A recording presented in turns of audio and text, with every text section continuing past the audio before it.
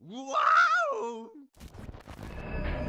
No, no, no, no, no, no, no! Wait, wait, wait, wait! Wait, wait, wait, wait, wait!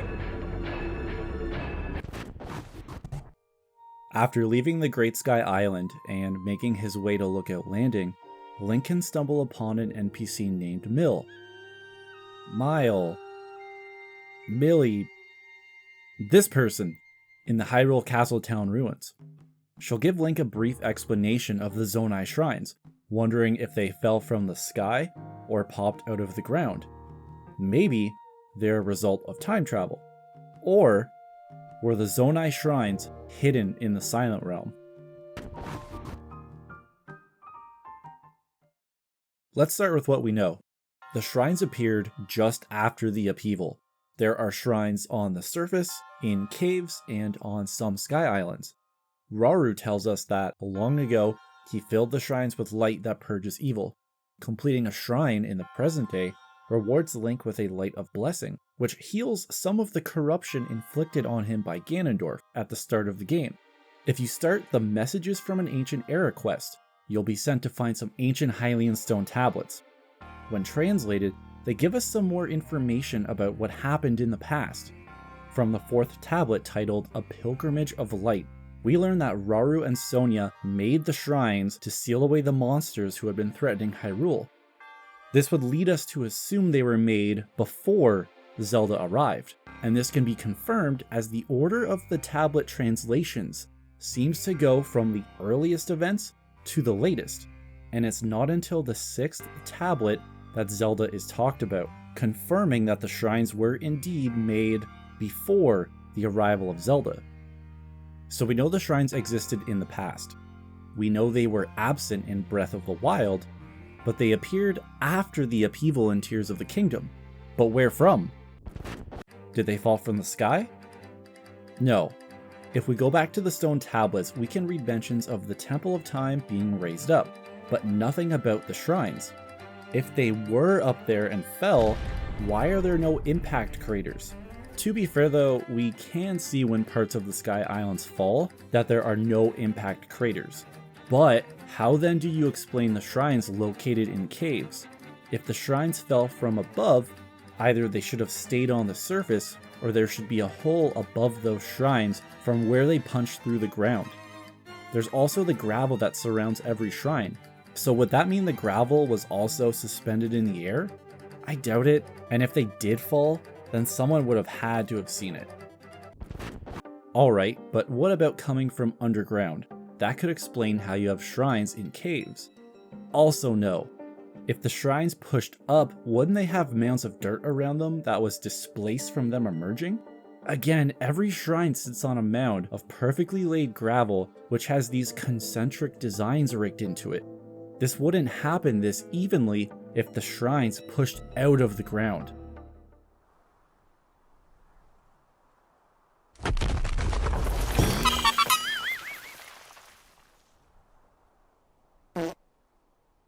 Also, whatever material is displaced around the shrines would differ depending on region. The fact that every shrine is surrounded by this specific gravel with these patterns disproves that they came from underground. There's also the theory that the shrines were grown from light roots. Because every shrine is located directly above a light root, there are some people who think they are connected somehow. It does seem plausible, since there are shrines where you must first locate a crystal and after returning it to its home, it does enlarge into a shrine, almost like a seed that grows.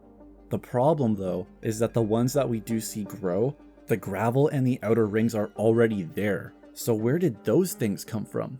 The shrines could have been grown like this in the ancient past, but it doesn't explain where the shrines came from after the upheaval, because it doesn't give us an answer for the rings or the gravel. Then it must be time travel, right? Zelda changed events when she went back in time, and it changed the present, so that the shrines were always there. Like the other theories, this one is also a no. Alright, this type of time travel is not what we experience in Tears of the Kingdom. Just a brief explanation, Tears of the Kingdom features a causal loop, which means in this game, there is only one single timeline, and any events that happen in the past with Zelda have always and will always happen exactly like we see.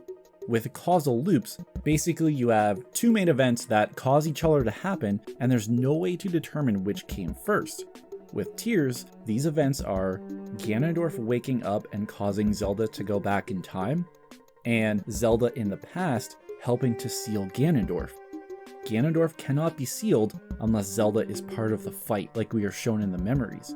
But Zelda cannot go back in time unless she gets the Secret Stone. These events will always happen like this, and there's no changes in the timeline because they cause each other to happen, and any deviations would cause a paradox. This means that any differences with people, places, and things between Breath of the Wild and Tears of the Kingdom would have to be because of events that happened in the time period between games. This also means that the shrines were made in the past, were absent in Breath of the Wild, and something else made them appear in Tears of the Kingdom. There's also no mention of them by the Sheikah when telling the story of the Great Calamity, as they had their own Sheikah shrines. So in theory, whatever happened to cause the shrines to disappear would have happened before the world saw Calamity Ganon. So let's go through our options. The Zonai shrines did not fall from the sky. They did not emerge from underground. They may have been grown from the light roots in the past, but did not regrow after the upheaval, and they did not retroactively appear from time travel. So what else do we have to consider? There was another reason why I've brought up the gravel often in this video. Like I've mentioned before, every shrine is surrounded by this gravel, and if we take a look, we can notice the circles raked into it. We can see sand or gravel with these designs inside the shrines themselves, in Zonai architecture, like the Temple of Time, and especially when Link talks to the spirits of the ancient sages. These patterns are reminiscent of Zen gardens, Zen being a school of Buddhism, which is one of the two main religious inspirations for the Zelda series. The sand or gravel of a Zen garden is seen as sacred ground, and maintaining a Zen garden is meant to lead towards achieving Satori, which is a Zen term for the experience of awakening, relating to enlightenment. When Link completes a temple, him and his companion seemingly have an out-of-body experience, and their spirits are sent to some kind of spiritual realm, which is implied by its ethereal appearance and this endless Zen garden.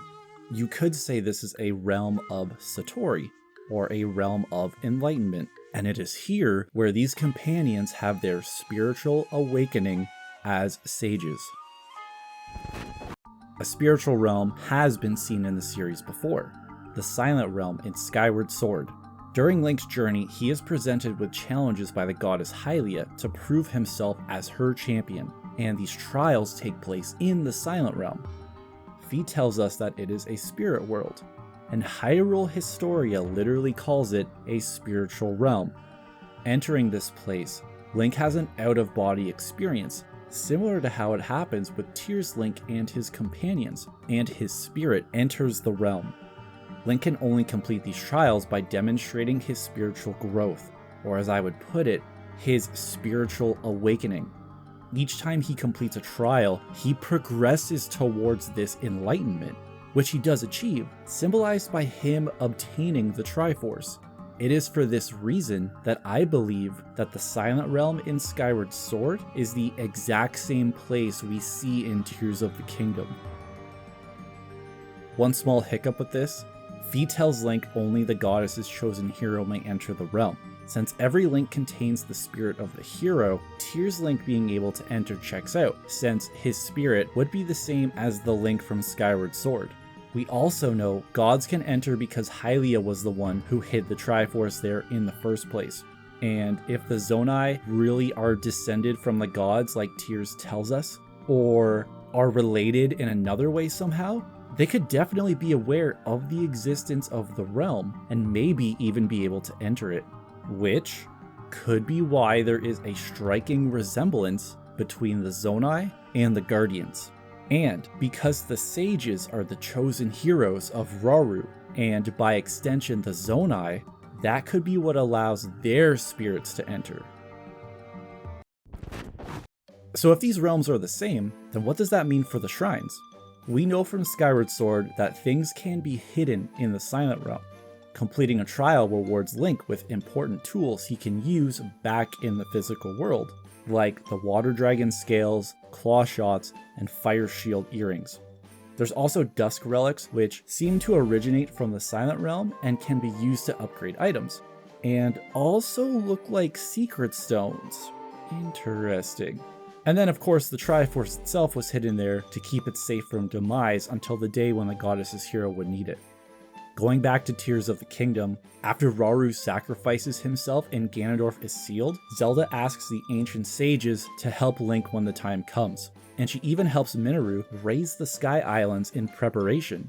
Hiding the shrines in the Silent Realm may have been part of that preparation, and the reason the tablets don't mention this is because only Zelda and the sages would be aware of the realm's existence.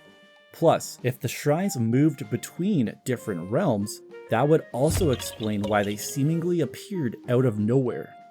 The final question of this theory then is, what made the shrines move from the Silent Realm to the physical realm? Could be because of Dragon Zelda, or the spirits of the ancient sages. Dragon Zelda could have used her powers when the upheaval happened, but also moving the shrines back to the physical world may have been part of the ancient sages fulfilling their pledge to Zelda. Or maybe the shrines were set up to automatically return from the Silent Realm if the seal on Ganondorf ever broke.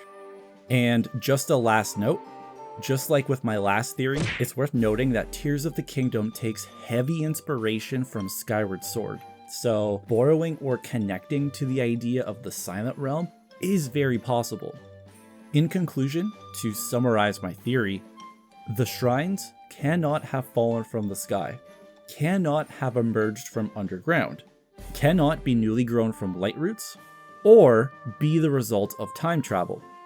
The shrines were built in the past before Zelda arrived, and I believe they were hidden in the Silent Realm until the day they would be needed to help Link during the events of Tears of the Kingdom. And that's the end of this video. If you agree, disagree, want to say hi, want to yell at me for the late upload, let me know below, and thanks for watching.